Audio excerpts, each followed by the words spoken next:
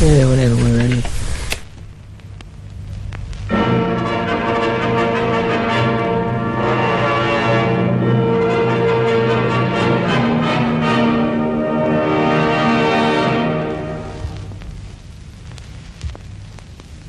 Hello there, and good evening, ladies and gentlemen, and children.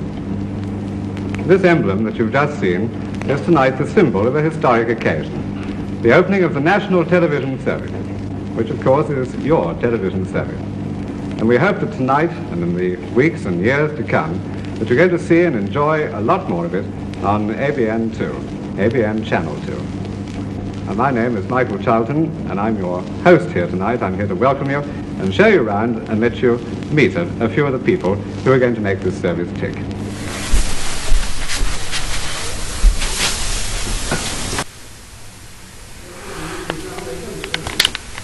Good evening and welcome to television.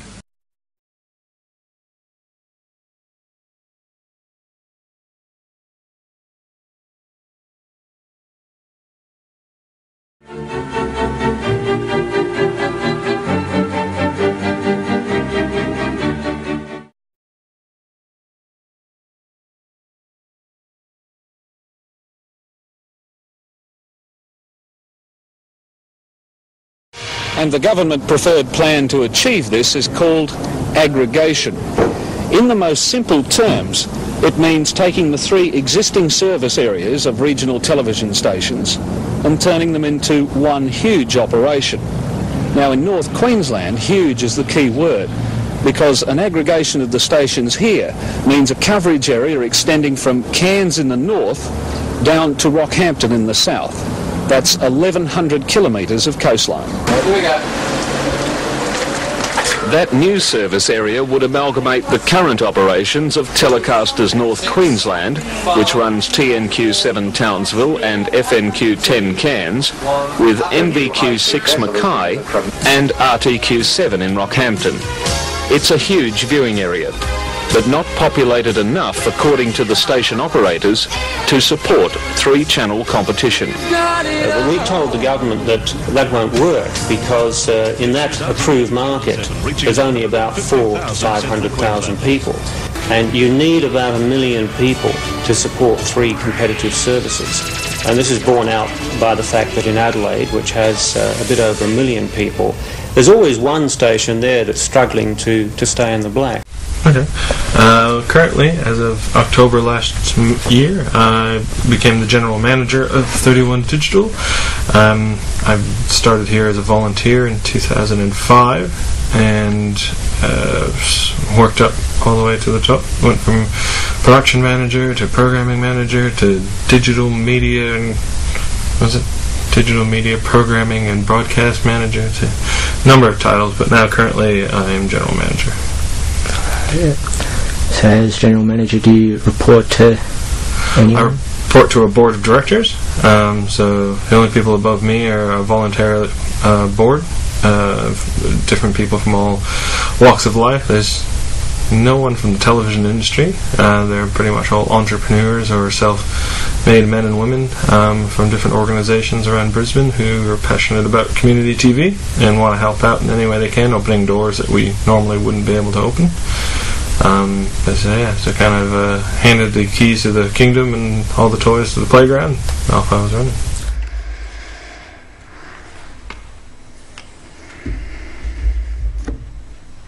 So, I want to familiarize you with the word, if you don't know what it is, oligopoly.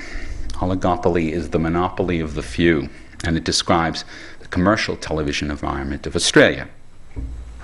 And it's because of oligopoly that we have a relatively limited broadcast spectrum. We have 3 commercial networks through which most television programming that originates outside of Australia flows through.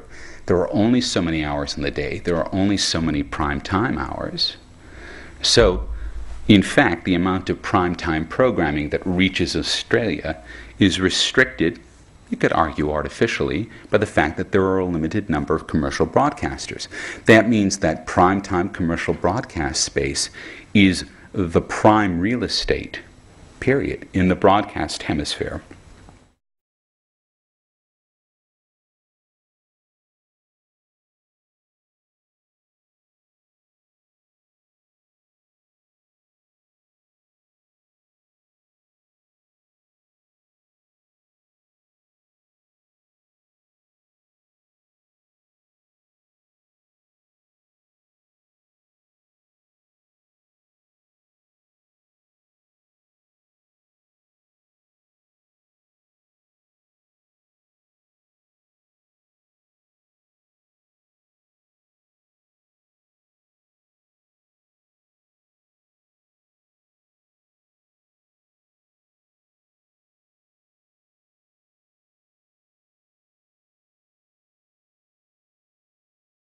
So, when you were production manager and while you've been general manager, have you had to approve any program that would maybe conflict with the programming that you were doing? Not particularly. I mean, like conflicting as in almost the same show. Pretty much, yeah. Oh, well, yes. Then recently, as you know, and hopefully some people know, I do a show called The Late Night Show, which is, you're just your run-of-the-mill generic late night television talk show. Welcome back to Bloke's World. You wish. And recently, and I started doing that when I was the program manager here. And I've produced 2 series like it before, but this was the first one that I was the host of and lead writer.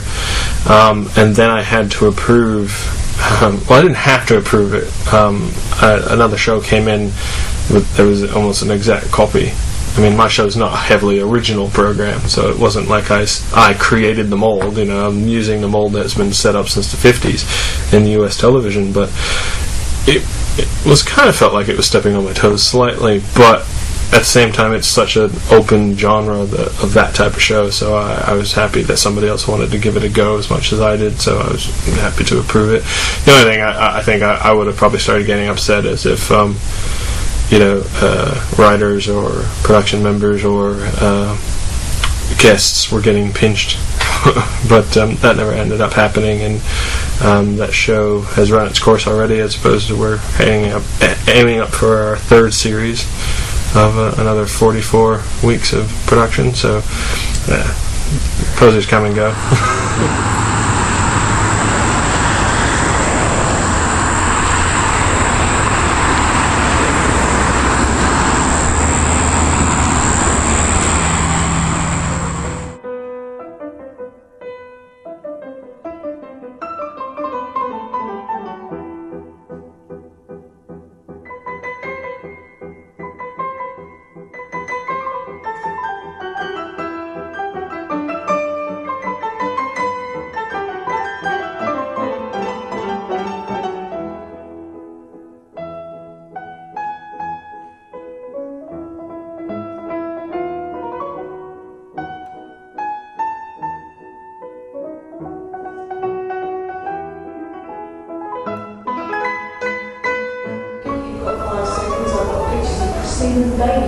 Fantastic. Just a couple. Oh, terrific. So if you want to should be listening. Yeah, I'll have to know yet. Well. 7 local news. Tonight, the outcry over water restrictions, but will they be enforced? The hunt for a second teenager over the noose of fires. An asbestos scare in Caloundra. And residents warned to prepare for a fierce storm season. I've been doing stand-up comedy since I was about 15. So I've always written comedy and written stuff with other people, and I met a gentleman named Dan Smith who had a YouTube show called Dan Smith 180, and he sent it in as a audition for another show that we were doing, and I quite liked what he did. It was a little monologue, so I quite liked it, and I started developing the first late night show on Brisbane 31, which was called Dan Smith 180, as I was executive producer and writer, and he was lead writer and host. And we did about 30 episodes before he got itchy feet and decided he wanted to do something more serious and more meaningful, so he wanted to do a current affairs news program that we were doing here. So he jumped over to that, and I kind of started developing a new one with a different host. But then he came back, and we started doing Last Night Tonight with him as host, and that lasted about 7 weeks before he decided to go to America. It's there for Silvani in the middle of the pack. Come on. Sitting back on his own. Well judged, that one, Ted. Yes, the players went right under the ball, and they were Sergio using all his experience. Goes for the short one. And Carlton 13 points up at this stage. It goes to Peter McLean. Peter McLean, who's come on to replace the injured Kevin Hall, kicks to the weak position. And I've done pro wrestling shows, different comedy shows, which have all been fun. The station itself is in an interesting position because we produce a lot of content ourselves. We have the Caravan and Camping Show, we have the Boat Show, which are your more travel doc, travel magazine type shows. We do a lot of studio-based discussion programs like Meet the Ministers, where we meet the politicians in their local area. Art Studio, which is an art program which teaches you how to paint, which is fantastic and does really well among all different types of age brackets because it kind of speaks to everyone.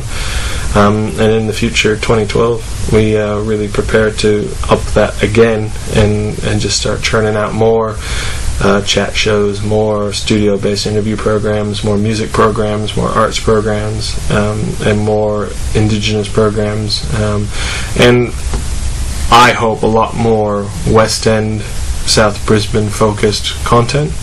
I think this station has for a long time been kind of not ignoring but looking past its own backyard, and I think there's so many colourful personalities and interesting people in West End and South Bank and South Brisbane that why look any further than your own backyard? You know, they're right around the corner, and really start doing a lot of shows that represent West End, South Bank and South Brisbane.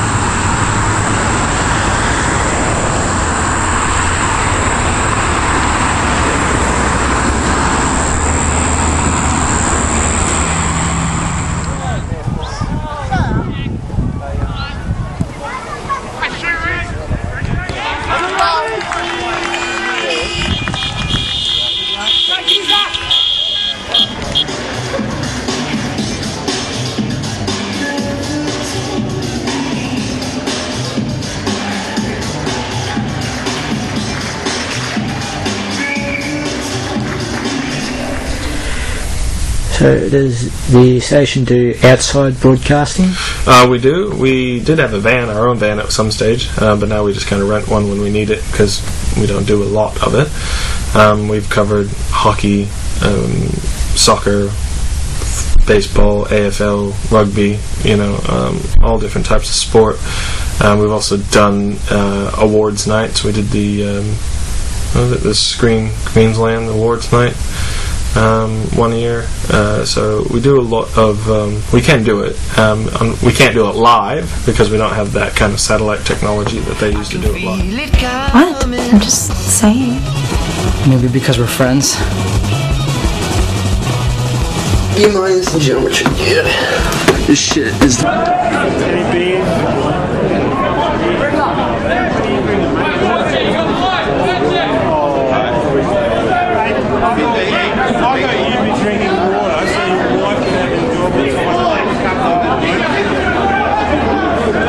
At the coin toss, Ryan Ferguson on left of screen, James Meiklejohn, the Port Adelaide captain, centre of the ground. Always. Diving attempt is good. Now what can he do? Wait's got to be the target. Shannon Watts his opponent. Yeah, there's not much space to get away, Lemmy. Will they clear it as Robbie Young wins the tap? Chance now for a clearing kick. Have you had anyone from the cultural centre just around the corner here come up to you and say we want to do a program? Not yet. A lot of people, I think, are under the misconception that it's really, really hard to do community TV or television in general, and the secret is that it isn't very hard. There's a lot of pre-planning and a lot of organising and stuff like that, but really once you start filming frame one, it's just a snowball and it just keeps going. You just got to kind of stay on for the ride.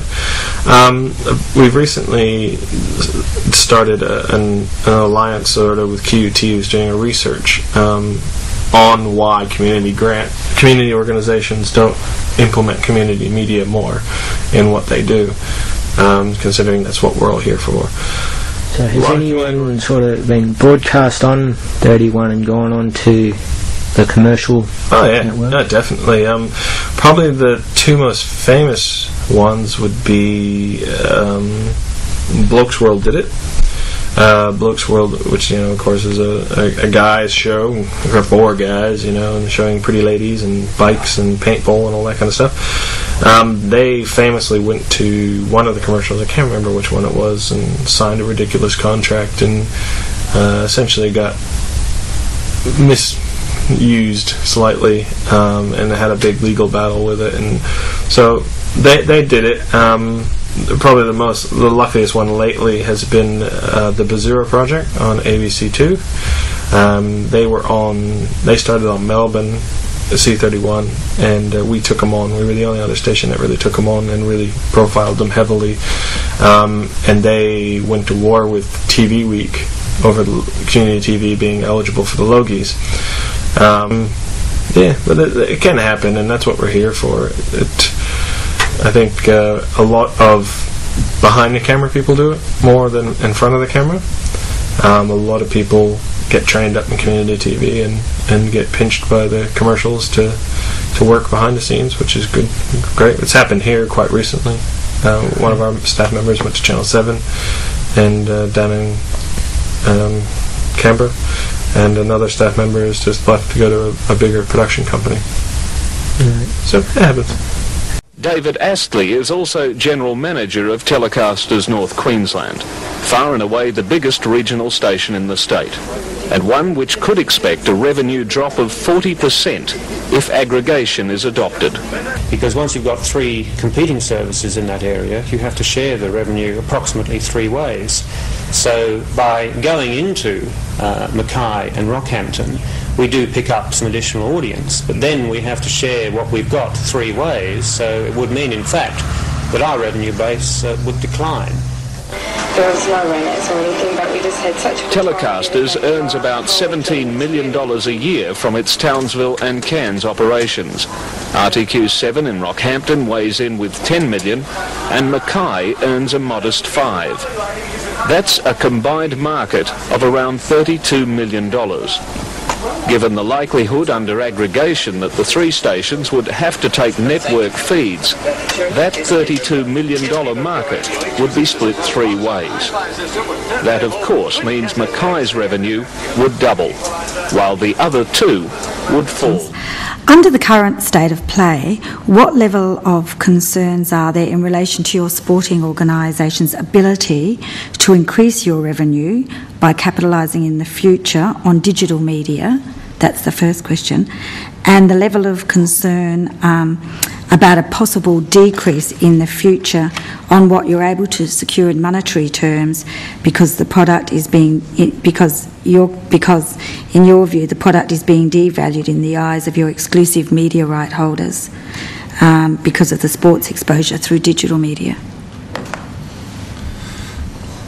I think Kate Roffey from tennis, just from the tennis perspective, it's not necessarily the difference between our traditional and digital, it's in the digital space, which is an area that I think we can all do a lot more in, as Senator Lundy mentioned.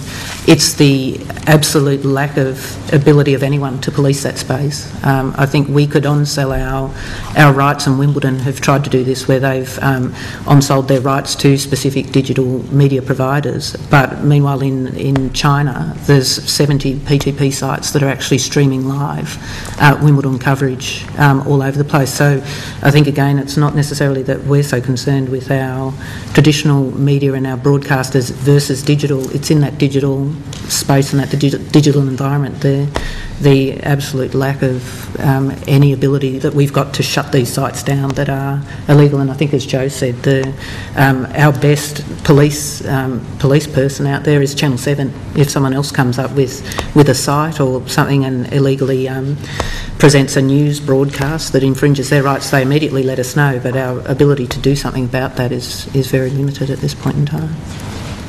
People expect television to be free, and in the UK particularly because they pay whatever £125 a year for free television, they really expect it to be free. Now people pay for movies when they choose to pay for movies. Well, people will say, well, people pay for cable, they pay for satellite. They aren't paying for the programs. You know what they're paying for there? They're paying for choice. That's the difference. And when you have broadband, you have infinite choice. So how do cable and how does satellite compete with that? So, how do you extract money from the viewers? You don't. Again, you extract money from the advertisers. That's what they're for. Brendan Sloan back to Tom O'Hare. Tom O'Hare, left-footed, way up the centre. Nick Morris goes for it, gets it. Clears it way down the field for... I thought I was onto something. I thought, this is a unique idea I've come up with. I've got to tell the world. My God, it's amazing. And then I turned on the footy on Friday night, and let me show you what I saw. He runs a great angle. I'll go into the instant replay. He frees it there. You can see that he's oh my God. 9's already there. Imagine my surprise. Play continues. It's not a straight run, it's the angled run. So the networks are already hip to this, and you know what that means? The advertisers are already hip to this. They're ready. With the studio-based program that gets produced here, how many people would the station have working on one of those at a given time? As employees or just total people? Total people. Total people working on we'll say late night show as the best example because that's the one I most know about. We essentially had 5 crew on any show. I mean, obviously it fluctuates with a lot of times we bring in people to train them while doing it, so it could go up to as much as 10. But basically, you have a director, a floor manager, a person to run the teleprompter, sound person, and another runner. And that's about it. Cameras are stationary, so the cameras move, and obviously you had camera people. So at any given time, I think mostly 5 people per show, which is good because bring them in, make them, send them out, bring the next show in, and kind of turn them out. Right.